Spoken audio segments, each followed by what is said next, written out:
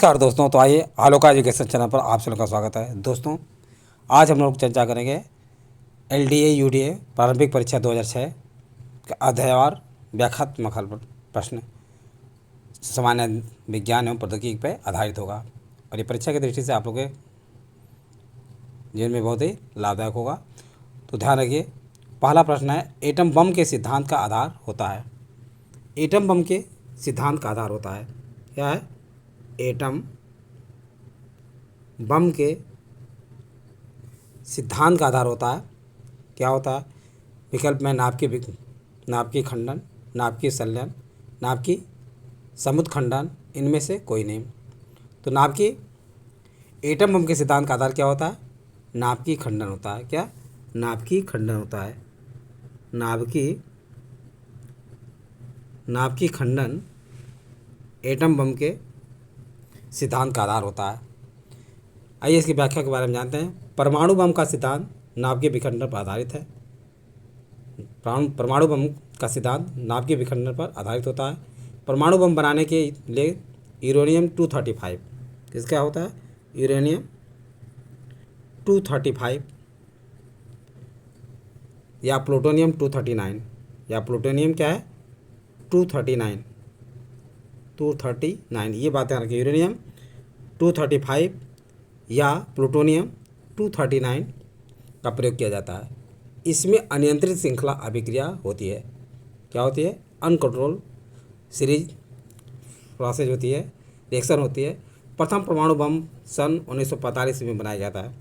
प्रथम परमाणु बम जो है कब बनाया गया था? 1945 में दोस्तों जो प्रथम परमाणु बम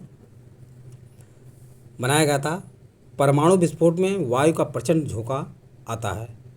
ध्यान रखिए, परमाणु विस्फोट जब होता है उसमें वायु का प्रचंड झोंका आता है तथा ताप कम से कम 10 डिग्री सेल्सियस तक पहुंच जाता है। कितने?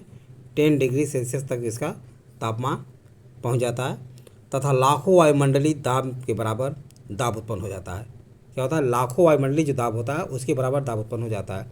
विस्फोट में अंधा कर देने वाली चमक तथा कई विनाशकारी रेडियो एक्टिव किरणें उत्पन्न होती हैं जो विस्फोट के काफ़ी समय बाद तक हानिकारक प्रभाव डालती हैं। तो ये बातें आप लोग समझ में आ गए कि परमाणु बम का जो सिद्धांत है, एटम बम का जो सिद्धांत है, नाभिकीय विखंडन यानी खंडन पर आधारित है। और इस ये भी यूरेनियम 235 और प्लूटोनियम 239 का प्रयोग किया जाता है। परमाणु बम सन 1945 में बनाया गया था और इससे तापमान जो 10 डिग्री सेल्सियस तक पहुंच जाता है। ये बातें ध्यान रखना है। ये कुछ मुख्य पॉइंट हैं जो कि आप लोगों के लिए बहुत ही महत्वपूर्ण बिंदु है। नेक्स्ट देखिए, दूसरा प्रश्न दोस्तों, इलेक्ट्रॉन वोल्ट इकाई होती है। तो इलेक्ट्रॉन वोल्ट किसकी इकाई होती है? ऊर्जा की।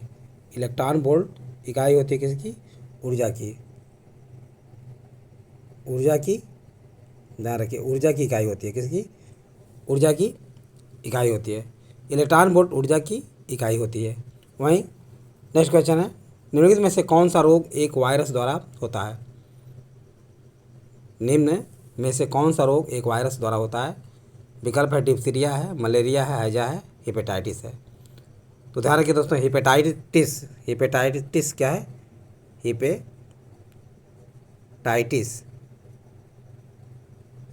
हेपेटाइटिस रोग दोस्तों जो है किससे होता है? वायरस के द्वारा होता है। हेपेटाइटिस रोग वायरस के द्वारा होता है। वहीं डिप्थीरिया, मलेरिया और हैजा किससे होता है? बैक्टीरिया के द्वारा होता है। डिप्थीरिया, मलेरिया और हैजा किसके द्वारा होता है? बैक्टीरिया, जीवाणु के द्वारा होता है। हेपेटाइटिस या पीलिया विषाणु, हेपेटाइटिस और जॉन्डिस विषाणु वायरस द्वारा होने वाले रोग हैं। हेपेटाइटिस दो प्रकार के होते हैं, संक्रामक हेपेटाइटिस तथा सीरम हेपेटाइटिस। क्या होते हैं? संक्रामक हेपेटाइटिस तथा क्या है? Serum hepatitis. तो ये बात ध्यान रखिए, हेपेटाइटिस और जॉन्डिस जो कि वायरस द्वारा होने वाले रोग हैं। हेपेटाइटिस दो प्रकार के होते हैं, संक्रामक हेपेटाइटिस और तथा सीरम हेपेटाइटिस। नेक्स्ट क्वेश्चन है, बॉक्साइट एक अयस्क है। विकल्प आप लोगों के सामने है, एल्युमिनियम का, बोरान का, सीसा का और चांदी का। तो ध्यान रखिए दोस्तों, बॉक्साइट किसका है? अयस्क है एल्युमिनियम का। एल्यूमिनियम का जो है अयस्क है। बॉक्साइट क्या है? एल्यूमिनियम का अयस्क है। एल्यूमिनियम धातु का निष्कर्षण मुख्यतः बॉक्साइट अयस्क से विद्युत अपघटन विधि द्वारा किया जाता है। क्या है? एल्युमिनियम धातु का निष्कर्षण या निष्कासन मुख्यतः क्या होता है? बॉक्साइट के अयस्क से विद्युत अपघटन के विधि द्वारा किया जाता है। बॉक्साइट के विद्युत अपघटन में क्रायोलाइट का उपयोग किसका? तो ध्यान दीजिए दोस्तों, एल्यूमिनियम धातु का निष्कर्षण मुख्यतः क्या होता है? बॉक्साइट अयस्क से विद्युत अपघटन विधि के द्वारा किया जाता है। बॉक्साइट के विद्युत अपघटन में क्रायोलाइट का उपयोग क्या किया जाता है? क्रायोलाइट का उपयोग बॉक्साइट को कम ताप पर घुलाने हेतु किया जाता है। बॉक्साइट को कम ताप पर घुलाने हेतु क्रायोलाइट का उपयोग किया जाता है। बॉक्साइट का रासायनिक नाम क्या है? Hydrated alumina. हाइड्रेटेड एल्यूमिना है। बॉक्साइट का रासायनिक नाम क्या है? हाइड्रेटेड एल्यूमिना है। एल्यूमिनियम भूपर पट्टी पर सर्वाधिक मात्रा में पाई जाने वाली धातु है। एल्यूमिनियम क्या है? भूपर पट्टी पर पाई जाने वाली सर्वाधिक धातु है। तो ये बात आप लोग समझ में आ गया होगा। नेक्स्ट क्वेश्चन देखिए, घाव के भरने में सहायक विटामिन है। तो घाव के भरने में सहायक विटामिन दोस्तों जो है विटामिन सी है। विटामिन सी घाव को भरने में सहायक होती है। विटामिन सी घाव को भरने में सहायक होती है। नेक्स्ट क्वेश्चन बात करते हैं, निम्न में से किस फल में लौह प्रचुर मात्रा में पाया जाता है? लौह प्रचुर मात्रा में पाया जाता है। निम्न में से किस फल में लौह जो है प्रचुर मात्रा में पाया जाता है? विकल्प आप लोगों के सामने है, जामुन, करौंदा, लोकाट और अमरूद। जामुन, करौंदा, लोकाट और अमरूद। इसमें लोकाट जो है लौह प्रचुर मात्रा में पाया जाता है। किसमें? लोकाट में दोस्तों ध्यान रखिए, लौह जो है प्रचुर मात्रा में पाया जाता है। नेक्स्ट क्वेश्चन नंबर 7 दोस्तों, श्यामी जुड़वा का प्रयोग होता है। विकल्प आप लोगों के सामने, ऐसे जुड़वा के लिए जिसमें एक नर होता है और एक मादा होता है। विकल्प भी है, ऐसे जुड़वा के लिए जिसमें दोनों मादा होते हैं। विकल्प सी है, ऐसे जुड़वा के लिए जिसमें श्याम की एक सी बीमारी होती है। और विकल्प बी, ऐसे जुड़वा के लिए जो एक दूसरे से जुड़े होते हैं। तो श्यामी जुड़वा का प्रयोग किसमें होता है? ऐसे जुड़वा के लिए जो एक दूसरे से जुड़े होते हैं। ऐसे जुड़वा जो क्या होते हैं? एक दूसरे से जुड़े होते हैं। ऐसे जुड़वा जो एक दूसरे से जुड़े होते हैं, यानी श्यामी जुड़वा का प्रयोग ऐसे जुड़वा के लिए होता है जो एक दूसरे से जुड़े होते हैं। तो ये बात समझ में आ गई। मक्का में सफ़ेद कली किस तत्व की कमी से होती है? किसमें? मक्का में सफ़ेद कली किस तत्व की कमी से होती है? तो नत्रजन की कमी से क्या होती है? नत्रजन की कमी के कारण होती है। तो सफ़ेद कली, इसमें मक्का में नत्रजन नहीं है दोस्तों, इसमें लग रहा है कि प्रश्न में कुछ मिस्टेक है। मेरे ख्याल से जिंक की कमी से होती है। क्या होती है? जिंक के कमी से होती है। तो मक्का में सफ़ेद कली किस तत्व की कमी से होती है? जिंक के कमी से होती है, न कि नत्रजन की कमी से। नेक्स्ट क्वेश्चन दोस्तों, Indian institute of remote sensing स्थित है। Indian institute of remote sensing स्थित है। विकल्प है, अहमदाबाद में, देहरादून में, श्रीहरिकोटा में, उपरोक्त में से कहीं नहीं। तो ये ध्यान रखिए, देहरादून में स्थित है। कहाँ पे? देहरादून में स्थित है। Indian institute of remote sensing Dehradun में स्थित है। अब नेक्स्ट क्वेश्चन बारे में बात करते हैं, जो भारतीय इतिहास एवं संस्कृत पर आधारित है। ध्यान दीजिए।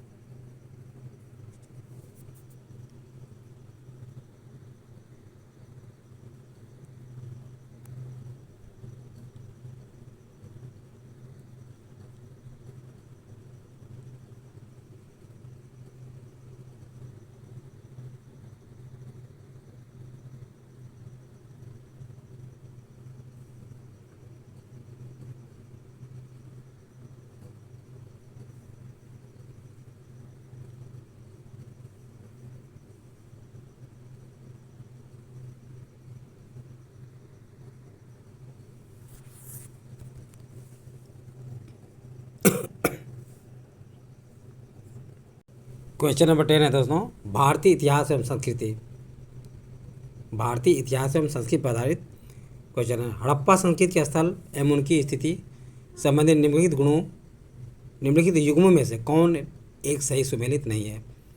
तो विकल्प आप लोगों के सामने है। आलमगीरपुर उत्तर प्रदेश, बड़ावली हरियाणा, दायमाबाद महाराष्ट्र, राखीगढ़ी राजस्थान। तो ध्यान रखिए दोस्तों, जो है इसमें राखीगढ़ी राजस्थान सुमेलित नहीं है। क्या है? राखीगढ़ी राजस्थान जो है सुमेलित नहीं है। राखीगढ़ी कहाँ पे? राजस्थान, ये सुमेलित नहीं है, बल्कि आलमगीरपुर उत्तर प्रदेश सुमेलित है। ध्यान रखिए दोस्तों, राखीगढ़ी राजस्थान, राखीगढ़ी राजस्थान में नहीं बल्कि कहाँ पे है? हरियाणा में। तो राखीगढ़ी राजस्थान ये सुमेलित नहीं है, बल्कि आलमगीर उत्तर प्रदेश में है, वहीं बड़वाली हरियाणा में है, दायमाबाद महाराष्ट्र में है। तो ध्यान दीजिए इसकी व्याख्या। राखीगढ़ी सैंधव सभ्यता का सबसे बड़ा और विस्तृत स्थल है। यह हरियाणा में स्थित है। कहाँ पे? राखीगढ़ी हरियाणा में स्थित है, ध्यान रखिएगा। राखीगढ़ी कहाँ पे? हरियाणा में स्थित है। यह हरियाणा में स्थित है। राखीगढ़ी की खोज सूरज भान ने की थी। किसने? सूरज भान ने की थी। सूरज भान ने की थी। राखीगढ़ी की खोज किसने की थी? सूरज भान ने की थी। यह नगर सरस्वती नदी के तट पर स्थित है। सूरज भान ने की थी। सरस्वती नदी के तट पर राखीगढ़ी स्थित है, बसा हुआ है, तथा इसका क्षेत्रफल 240 हेक्टेयर के लगभग है। कितना? 240 हेक्टेयर के लगभग इसका क्षेत्रफल है। यहाँ से तांबे के उपकरण तथा सैंधव लिपि में अंकित एक मुहर मिली है। तांबे के उपकरण का क्या है? राखीगढ़ी से तांबे के उपकरण प्राप्त हुए हैं और सैंधव लिपि में अंकित एक मुहर भी प्राप्त है। सैंधव लिपि में अंकित एक मुहर भी प्राप्त है। तो बातें समझ में आ गई होगी, फिर से देख लीजिए। राखीगढ़ी सैंधव सभ्यता का सबसे बड़ा और विस्तृत स्थल है। यह हरियाणा में स्थित है। राखीगढ़ी की खोज सूरज भान ने की थी। यह नगर सरस्वती नदी के तट पर बसा हुआ है तथा इसका क्षेत्रफल 240 हेक्टेयर के लगभग विस्तृत है। यहाँ से तांबे के उपकरण प्राप्त हैं तथा सैंधव लिपि में अंकित कुछ मुहरें भी मिली हैं। नेक्स्ट क्वेश्चन दोस्तों, टालमी फिलाडेल्फस। टालमी फिलाडेल्फस जिसके साथ अशोक के राजनय संबंध थे, कहाँ का शासक था? तो विकल्प है साइरिन का, मिस्र का, मकदूनिया का, सीरिया का। तो ध्यान रखिए दोस्तों, टालमी फिलाडेल्फस जो है मिस्र का शासक था। कहाँ का? मिस्र का शासक था, जिससे जो है अशोक के राजनयिक संबंध है। व्याख्या देखिए, अशोक के 13वें शिलालेख में, किसमें? अशोक के 13वें शिलालेख में उन 5 यवन राजाओं के नाम मिलते हैं जिनके राज्यों में उसके धर्म प्रचारक गए थे। अंत्योग सीरियाई नरेश, क्या था? अंत्योग जो था सीरिया नरेश था। तुर्मै कहाँ का शासक था? तुर्मै दोस्तों मिस्र नरेश। तुर्मै मिस्र नरेश।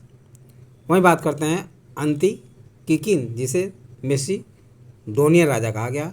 मग एपिरस था तथा अलिक सुंदर सिरीन। अंत्योग सीरिया का राजा एंटियोकस द्वितीय थियोस था। ईस्वी पूर्व 261 से 246 ईसा पूर्व तक था तथा तुर्मै मिस्र का शासक टालमी द्वितीय फिलाडेल्फस ईसा पूर्व 285-247 था। अंतकिन मैसिडोनिया का एंटीगोनस गोनाटा जिसे कहता है ईस्वी पूर्व 276-239 माना जाता है। मग से तात्पर्य सीरियाई नरेश मगध से है।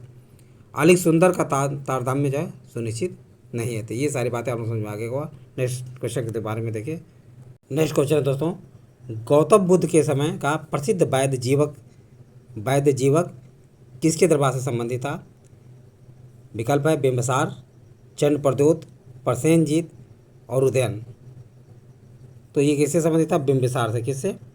बिंबिसार से संबंधित था। बिंबिसार से संबंधित था।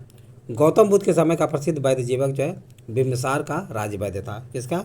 बिंबिसार का राज्य वैद्य था। तो बात समझ में आ गई। नेक्स्ट क्वेश्चन देखिए। नेक्स्ट क्वेश्चन है, नयनार कौन थे? नयनार कौन थे? विकल्प है शैव, शाक्त, वैष्णव, सूर्योपासक। तो नयनार जो है शैव धर्म के उपासक थे।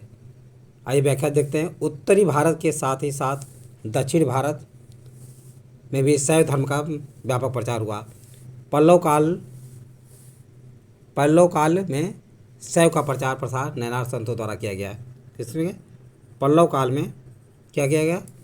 पल्लव काल में दोस्तों ध्यान रखिए, नैनार संतों द्वारा जो है इसका प्रचार किया गया है। नैनार संतों की संख्या कितनी बताई जाती है? 63 बताई जाती है। नैनार संतों की संख्या 63 बताई गई है, जिनसे अपार, तिरुज्ञान, संबंधर, सुंदर मूर्ति, मणिक वाचगर आदि के नाम उल्लेखनीय हैं।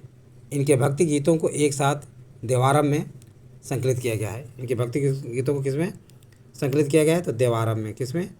देवारम में संकलित किया गया है। ये पॉइंट ध्यान रखिए। नेक्स्ट क्वेश्चन देखिए। क्वेश्चन है दोस्तों, ईसवी सन के पूर्व कुछ शताब्दियों में निम्नलिखित में से किन शासकों ने गिरनार क्षेत्र में जल संसाधन व्यवस्था की ओर ध्यान दिया? तो महापद्मनंद ने, चंद्रगुप्त मौर्य ने, अशोक ने, रुद्रदामन ने। तो ध्यान रखिए दोस्तों, चंद्रगुप्त मौर्य, अशोक और रुद्रदामन। तो ध्यान दीजिए, चंद्रगुप्त मौर्य, अशोक, रुद्रदामन, ये तीनों ने ही गिरनार क्षेत्र में जल संसाधन व्यवस्था की ओर ध्यान दिया था। जूनागढ़ अभिलेख से ज्ञात होता है कि उसके शासनकाल में सौराष्ट्र में सुदर्शन झील, जिसका निर्माण चंद्रगुप्त मौर्य के समय हुआ था, तथा अशोक के समय में इसमें नहरें निकलवाई गई थी। बांध भारी वर्षा के कारण टूट गया था और इसमें 24 हाथ लंबी, इतनी ही चौड़ी और 75 हाथ गहरी दरार बन गई। रुद्रदामन ने जनता पर बिना कोई अतिरिक्त कर लगाए, ध्यान रखिए, रुद्रदामन ने जनता पर बिना कोई अतिरिक्त कर लगाए ही अपने व्यक्तिगत कोष से धन देकर अपने राज्यपाल सुविशाख के निर्देशन में, रुद्रदामन जो है अपने, ध्यान रखिए, रुद्रदामन अपने राज्यपाल सुविशाख के निर्देशन में बांध की फिर से मरम्मत करवाई तथा उससे तिगुना मजबूत बांध बनवा दिया। तो ये बातें आप लोग समझ में आ गया होगा कि जूनागढ़ अभिलेख से ज्ञात होता है कि उसके शासनकाल में सौराष्ट्र में सुदर्शन झील, जिसका निर्माण चंद्रगुप्त मौर्य के समय हुआ था, तथा अशोक के समय में इससे कई नहरें निकलवाई गई थी। बांध भारी वर्षा के कारण जो है टूट गया था, जिसमें 24 हाथ लंबा, इतनी चौड़ी और 75 हाथ गहरी दरार बन गई थी। रुद्रदामन ने जनता से बिना कोई कर लिए लगाए अपने व्यक्तिगत कोष से क्या किया था? अपने राज्यपाल सुविशाख के निर्देशन से बांध की फिर से मरम्मत करवाई थी तथा इसे तिगुना मजबूत करवाया था। नेक्स्ट क्वेश्चन दोस्तों, विक्रम और शक संवत में कितना अंतर है? तो विक्रम एवं शक संवतों में कितना अंतर है? कितने वर्षों का अंतर है? तो 135 वर्ष का, 135 वर्ष का अंतर है। नेक्स्ट प्रश्न है दोस्तों, निम्नलिखित में से किस राजवंश के अभिलेख से इस परंपरा का समर्थन होता है कि लुम्बिनी शाक्य मुनि बुद्ध का जन्म स्थल है? लुम्बिनी शाक्य मुनि बुद्ध का जन्म स्थान था। विकल्प है मौर्य, शुंग, सातवाहन, कुषाण। तो मौर्य वंश से, किससे? मौर्य वंश से पता चलता है, मौर्य वंश से पता चलता है। व्याख्या देखिए, लघु स्तंभ लेखों में रुम्निदेयी लेख कई दृष्टियों से महत्वपूर्ण है। इसके अनुसार अपने अभिषेक के 20 वर्ष पश्चात देवताओं का प्रिय राजा प्रियदर्शी स्वयं ही यहाँ आया, यानी देवताओं का प्रिय राजा प्रियदर्शी, जिसे अशोक के को ही कहा जाता था, यहाँ आया था। उसने पूजा की, क्योंकि यहाँ शाक्य मुनि का जन्म हुआ था, अतः उसने वहाँ बहुत बड़ी पत्थर की दीवार बनाई तथा एक स्तंभ स्थापित किया। क्योंकि यहाँ बुद्ध का जन्म हुआ था, अतः लुम्बिनी गांव का धार्मिक कर बलि माफ कर दिया गया तथा कर मात्र 8वां भाग किया गया। कर कितना कर दिया गया? 1/8 भाग कर दिया गया। प्रस्तुत लेख बुद्ध के जन्म का अभिलेखी प्रमाण मौर्य वंश से प्राप्त होता है। नेक्स्ट क्वेश्चन है, निम्न में से यह किसका मत था कि पृथ्वी सूर्य की परिक्रमा करती है? विकल्प है आर्यभट्ट का, ब्रह्मगुप्त का, ब्राह्मीर का, उपरोक्त में से कोई नहीं। तो ये मत जो है आर्यभट्ट का, किसका है? आर्यभट्ट का मत है। आर्यभट्ट गुप्त काल में गणित की तरह खगोल विज्ञान क्षेत्र का भी एक असाधारण विद्वान था, लेकिन उसका सबसे मौलिक योगदान उसकी यह मान्यता थी कि ग्रहण राहु के कारण नहीं लगते, जैसा कि उस समय के कुछ ज्योतिष का विश्वास था, बल्कि चंद्रमा पर पृथ्वी की छाया पड़ने से लगता है। चंद्रमा का पृथ्वी पर छाया पड़ने से लगता है, और इस प्रकार उसने पृथ्वी के अपनी धुरी पर घूमते हुए सूर्य के चारों ओर चक्कर लगाने के तथ्य की पुष्टि की थी। तो किसने की थी? आर्यभट्ट ने की थी। तो ये बात समझ में आ गया होगा। नेक्स्ट क्वेश्चन देखिए। नेक्स्ट प्रश्न है दोस्तों, निम्नलिखित राजाओं में किसका जैन धर्म के प्रति भारी झुकाव था? दशरथ का, बृहद्रथ का, खारवेल का, हुइस का? तो खारवेल का जैन धर्म के प्रति जो है काफ़ी झुकाव था। कलिंग नरेश खारवेल जैन धर्म का अनुयायी था। उसने जैन साधुओं को संरक्षण अपने यहाँ प्रदान किया था। उनके निर्वाह के लिए प्रभुत दान दिए तथा उनके रहने के लिए आरामदायक निवास स्थान बनवाए। हाथी गुम्फा लेख का उद्देश्य किसका? हाथी गुम्फा अभिलेख का उद्देश्य उदयगिरी पहाड़ पर, कहाँ पे? उदयगिरी पहाड़ पर बनवाए गए ऐसे भिक्षु आवासों का विवरण सुरक्षित रखना था। हाथी गुफा अभिलेख से पता चलता है कि उदयगिरी पहाड़ी पर बनाए गए ऐसे भिक्षु आवासों का विवरण सुरक्षित रखना था। तो जैन धर्म के प्रति भारी झुकाव किसका था? खारवेल का था। नेक्स्ट क्वेश्चन दोस्तों, जौनपुर नगर की स्थापना किसने की थी? तो जौनपुर नगर की स्थापना विकल्प है मोहम्मद बिन तुगलक ने, फिरोज शाह तुगलक ने, इब्राहिम शाह सरकी ने, सिकंदर लोदी ने। तो फिरोज शाह तुगलक, जौनपुर की स्थापना फिरोज शाह तुगलक ने की थी। कहा जाता है कि फिरोज ने 300 नवीन नगरों का निर्माण करवाया था। इनमें संभवतः वे गांव भी शामिल थे जो पहले उजड़ गए थे, परंतु फिरोज के समय में कृषि की सुविधा के कारण पुनः बसाए गए। उसके द्वारा बसाए गए नगरों में फतेहाबाद, हिसार, ध्यान रखिए, फतेहाबाद, हिसार, फिरोजपुर, जौनपुर और फिरोजाबाद। फिरोजपुर, जौनपुर और फिरोजाबाद का नगर किसने बसाया था? फिरोज शाह तुगलक ने बसाया था। तो जौनपुर नगर की स्थापना फिरोज शाह तुगलक के द्वारा की गई थी और किसकी याद में की गई थी? जौना खां के याद में की गई थी, यानी मोहम्मद बिन तुगलक के याद में फिरोज शाह तुगलक ने जौनपुर नगर की स्थापना की थी। नेक्स्ट क्वेश्चन दोस्तों, सर्वप्रथम लोक निर्माण की स्थापना किसने की थी? विकल्प है अलाउद्दीन खिलजी ने, बलबन ने, फिरोज शाह तुगलक ने, इल्तुतमिश ने। तो फिरोज शाह तुगलक ने जो है सर्वप्रथम क्या किया था? सर्वप्रथम लोक निर्माण विभाग की स्थापना किया था। नेक्स्ट क्वेश्चन ध्यान रखिए। नेक्स्ट क्वेश्चन है, प्रसिद्ध विजयनगर शासक कृष्णदेवराय के अधीन किस साहित्य का स्वर्णयुग था? किस साहित्य का स्वर्णयुग था? कोंकणी का, मलयालम का, तमिल का, तेलुगु का? तो तेलुगु साहित्य का स्वर्णयुग था। क्या था? तेलुगु साहित्य का दोस्तों ध्यान रखिए स्वर्णयुग था। कृष्णदेवराय जितना तलवार का धनी था उतना ही विद्या का भी। कृष्णदेवराय के प्रसिद्ध राजनीतिक ग्रंथ आमुक्तमाल्याद की रचना तेलुगु भाषा में की गई थी। किसकी? आमुक्तमाल्याद की। कहा जाता है कि इसकी राज्यसभा में तेलुगु के 8 कवि, जिन्हें अष्टदिग्गज कहा जाता था, रहते थे। कृष्णदेवराय के समय तेलुगु साहित्य की पर्याप्त उन्नति हुई थी। तो एक बार पुनः ध्यान दीजिए, कृष्णदेवराय जितना तलवार का धनी था उतना ही विद्या का भी। कृष्णदेवराय ने प्रसिद्ध राजनीतिक ग्रंथ आमुक्तमाल्याद की रचना जो है किस भाषा में की थी? तेलुगु भाषा में की थी। बताया जाता है या कहा जाता है कि इसकी राजभाषा में तेलुगु के 8 कवि, जिन्हें अष्टदिग्गज भी कहा जाता है, रहते थे। कृष्णदेवराय के समय तेलुगु साहित्य की पर्याप्त उन्नति हुई थी। नेक्स्ट क्वेश्चन, शेर शाह के समय ध्यान रखिए, शेर शाह के शासनकाल के समय अंतर्गत तांबे के दाम और चांदी के रुपये की विनिमय दर क्या थी? तो 64 समंदे एक थी। क्या थी? 64 समंदे एक थी। नेक्स्ट क्वेश्चन है दोस्तों, अकबर के शासनकाल की निम्नलिखित घटनाओं को कालक्रमानुसार व्यवस्थित कीजिए।